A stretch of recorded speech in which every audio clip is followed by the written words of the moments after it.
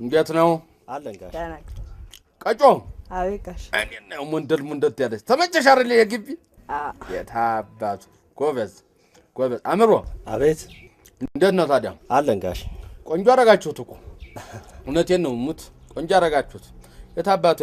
ያ ሌባ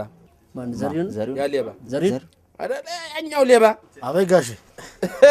ጀግናው ጀግና እኮ ነው ቴዎድሮስ ያው ታዲያ እዚህ መስፈን የለም ወደ ቤት እንዳይረበሽ አልፎ አዎ ጥሩ ነው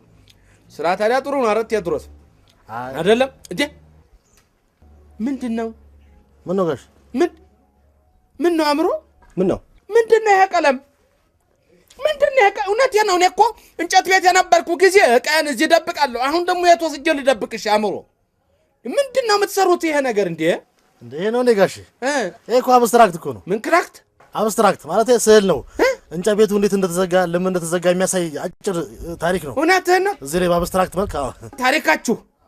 የማንም ሌባ ታሪክ በኔ ቀለም ነው የሚጻፈው ነው ቴዎድሮስ ናም ይሄ ነው ቋንቋ ጫማም ግድ የለህም ቆይ ግድ የለህም አንተ ግድ የለህም አጅሬው ታኛለህ ናምሮ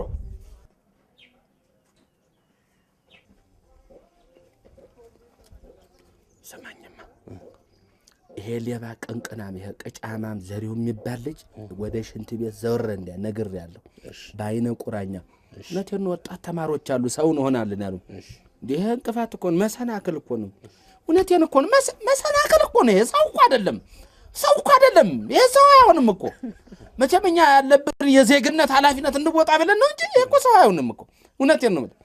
መቼም ማረሚያም ቢገባ ያው እንጨት ነው እዚህም እንጨት ነው ብለን ነው እንጂ ቶ እኮ ሰው የሚሆን አይደለም